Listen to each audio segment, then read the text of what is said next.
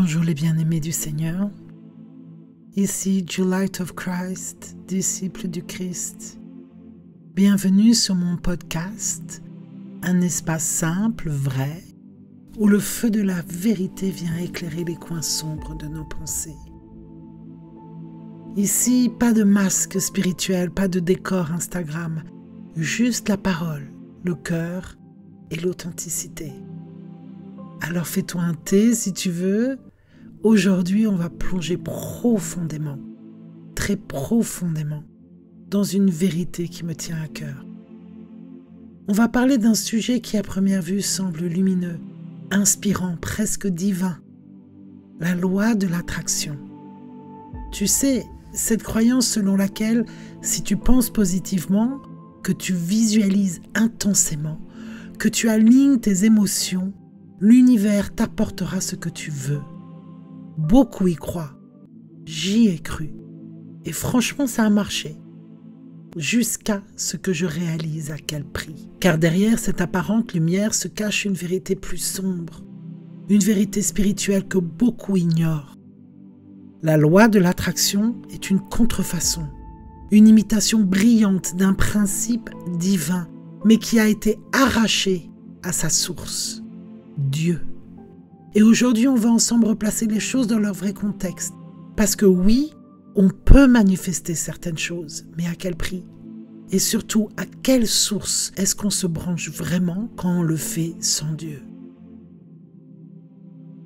Souvent, quand on manifeste quelque chose, on ne cherche pas seulement une voiture ou un travail. On cherche à remplir un manque, un vide, une absence de sécurité, un vide d'amour, un trou d'identité. Tu peux vouloir de l'argent, mais en vérité, tu veux la sécurité. Tu peux vouloir une relation, mais en vérité, tu veux être reconnu. Tu peux vouloir du succès, mais ce que tu cherches, c'est de prouver que tu as de la valeur. Écoute bien, manifester sans Dieu, c'est vouloir combler le vide avec ce qu'il a creusé. Jean 4 dit, « Celui qui boira de cette eau aura encore soif. Mais celui qui boira de l'eau que je lui donnerai n'aurait jamais soif. » L'eau du New Age, c'est de l'eau douce pour quelques minutes. Ça fait du bien sur le coup. Ça donne l'impression de maîtrise, mais ça guérit pas. C'est un pansement sur une fracture. Mais l'eau que Dieu donne, elle change tout.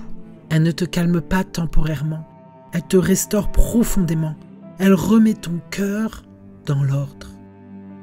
Et ça, ni l'univers, ni les cristaux, ni les affirmations ne peuvent le faire. Seul le Dieu vivant peut guérir ton âme. La loi de l'attraction est séduisante mais toxique. Elle dit, pense-y fort, ressens-le et tu l'auras. Elle te fait croire que tu es le centre, que tu es le créateur. Mais la Bible dit autre chose. Genèse 3,5, vous serez comme des dieux.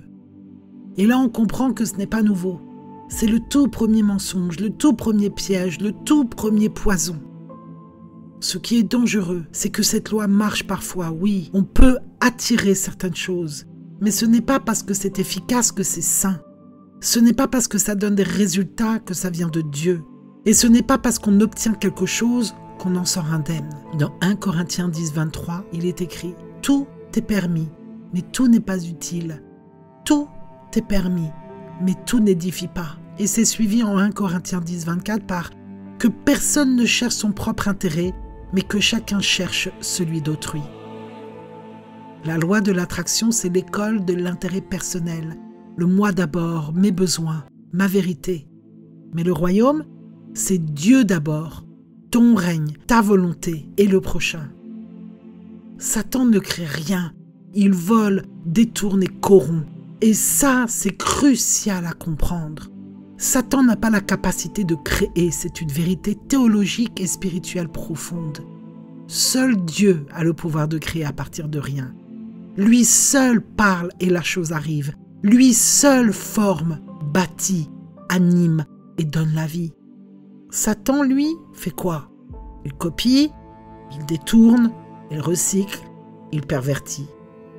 Et quand tu manifestes quelque chose sans Dieu, que tu t'alignes à des forces spirituelles sans la croix, sans le sang de Jésus, tu fais quoi? Tu voles dans les trésors célestes, tu accèdes illégalement à des principes de puissance. C'est comme si tu rentrais en gros dans le coffre-fort du ciel sans l'accord du roi. Et là, attention, ce que tu voles a un prix. Galates 6,7, on ne se moque pas de Dieu. Ce qu'un homme aura semé, il le moissonnera aussi.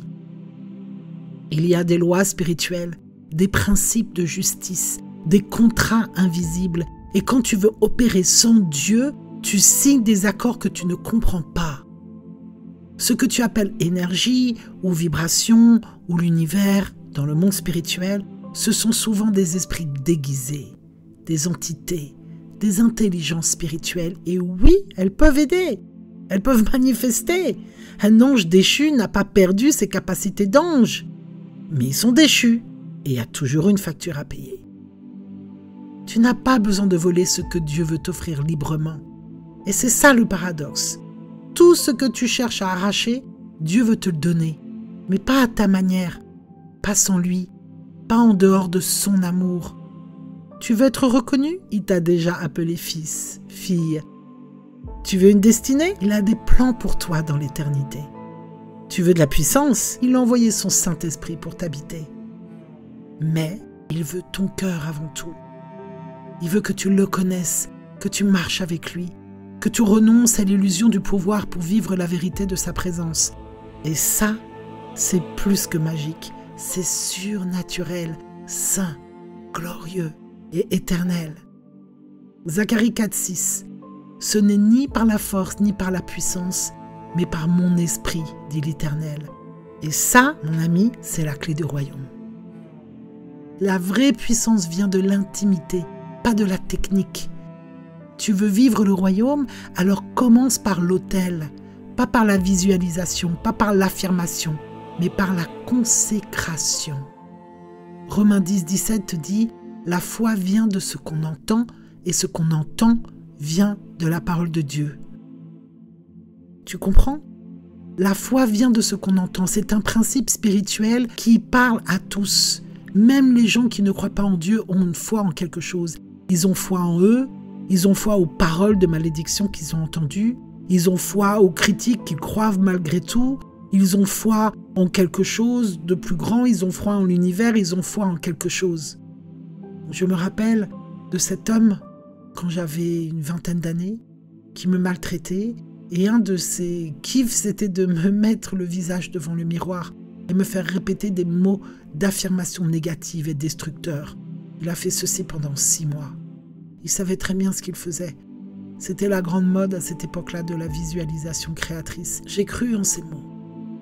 Il me les a fait répéter comme un mantra en me regardant dans le miroir. Ça a été ancré en moi. Et c'est ça justement qui m'a fait glisser dans la pensée créatrice parce que j'ai cherché à tout prix à me guérir moi-même. J'ai cherché à tout prix à faire marche arrière. Je me suis dit, si mes propres mots m'ont maudit, alors mes propres mots me béniront. Si ça avait pu être si simple que ça. Tu vas voir une foi qui déplace les montagnes. Nourris-la à la bonne source. Arrête de manger du contenu édulcoré, mélangeant vérité et mensonge. La foi n'a pas un pouvoir psychologique, c'est une confiance vivante dans un Dieu vivant. Et cette foi, elle vient de l'écoute, de la parole, de l'intimité. Et c'est là que la transformation commence. Jésus, le Fils obéissant, en est l'exemple parfait. Le seul homme sans péché, le seul qui aurait pu, s'il l'avait voulu, commander l'univers avec un mot. Mais que faisait-il? Il se retirait pour prier, il obéissait, il écoutait. Dans Jean 5,19, il est écrit « Le Fils ne fait rien de lui-même, il fait uniquement ce qu'il voit faire au Père. » Même lui, le Fils éternel, ne fonctionnait pas en autonomie. Il ne manifestait pas. Il accomplissait la volonté du Père. Et regarde les fruits qu'il a eus. Il ressuscitait les morts.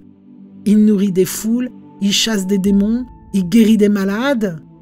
Pas pour glorifier son nom, mais pour révéler le cœur du Père. Voilà le modèle. Et le royaume de Dieu, c'est la vraie vision à manifester. Dans Matthieu 6,10, il est écrit que ton règne vienne. Jésus nous apprend à manifester le royaume, pas notre confort, pas nos projets personnels, et non pas une version de vie édulcorée. Non, la volonté de Dieu sur la terre comme au ciel. Et c'est dans cette soumission que naît la vraie puissance, le vrai impact, la vraie paix. Nous ne sommes pas ici pour manifester nos pensées et les faire monter au ciel. Mais nous sommes ici pour que les cieux s'ouvrent, pour que descende sur nous l'onction, la grâce, la puissance et la magnificence. Parce qu'il y a une différence entre les fruits de l'esprit et les fruits du moi. La loi de l'attraction nous pousse à développer des outils, genre vision board, affirmation, gratitude calculée, etc.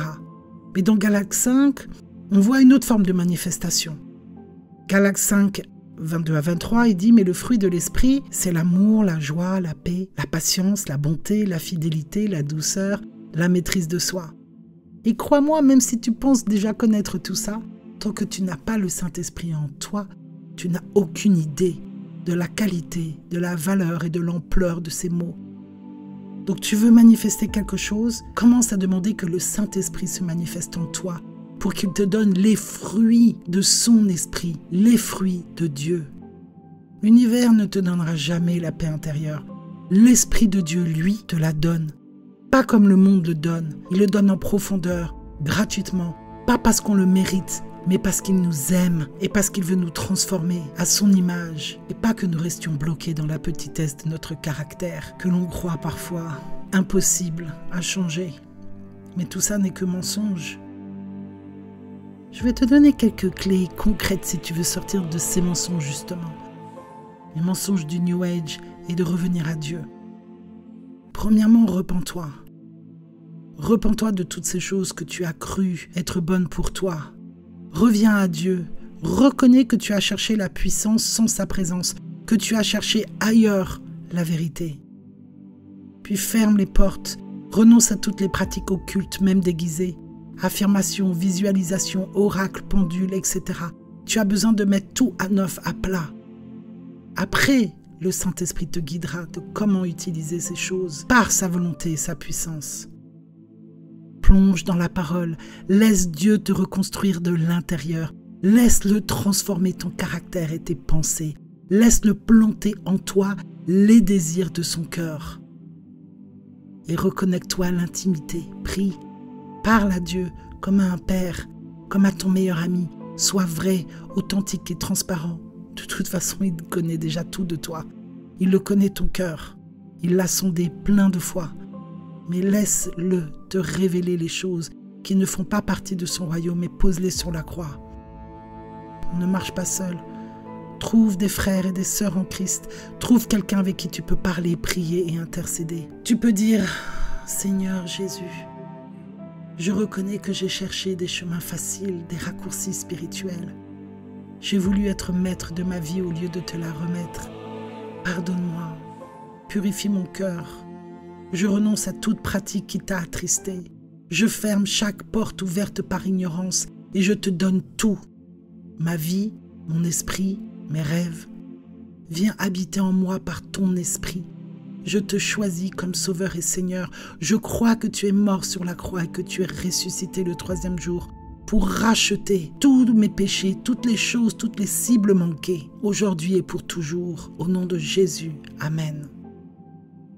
Parce que tu vois, c'est pas toi qui manifeste.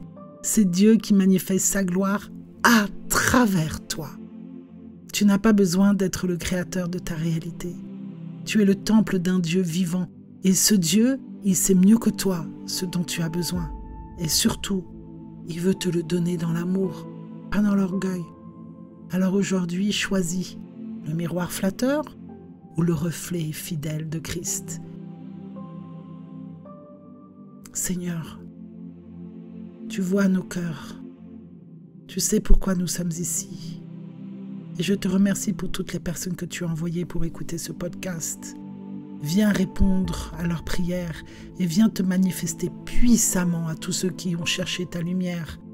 Viens leur montrer que tu es un Dieu vivant, éternel et présent, l'alpha et l'oméga, que tu as été là toujours près d'eux, que tu les connaissais avant même qu'ils soient dans le ventre de leur mère et que tu as des plans de bonheur extraordinaires, surnaturels, spirituelle et au-delà de toute compréhension. Merci Seigneur de venir les toucher. Merci de faire tomber ton Saint-Esprit sur eux, de te révéler à eux comme tu t'es révélé à moi. Il n'y a aucun doute lorsque l'on te voit. On reconnaît face à ta lumière, face à ta pureté, combien nous avons été dupés, combien nous avons été trompés. Et c'est avec révérence que nous courbons la tête, que nous plions les genoux et que nous t'adorons. Et cet amour qui dégage de toi, cette tolérance, cette compassion, cette paix, et au-delà de tout entendement. Merci Seigneur de le démontrer, de le montrer présentement aux personnes qui te cherchent sincèrement. Voilà, bien-aimé. Merci d'avoir écouté ce podcast. Si ce message t'a parlé, partage-le, reviens-y, médite-le et surtout, laisse Dieu t'enseigner encore. Que le feu de la vérité continue de brûler en toi. À très bientôt. Amen.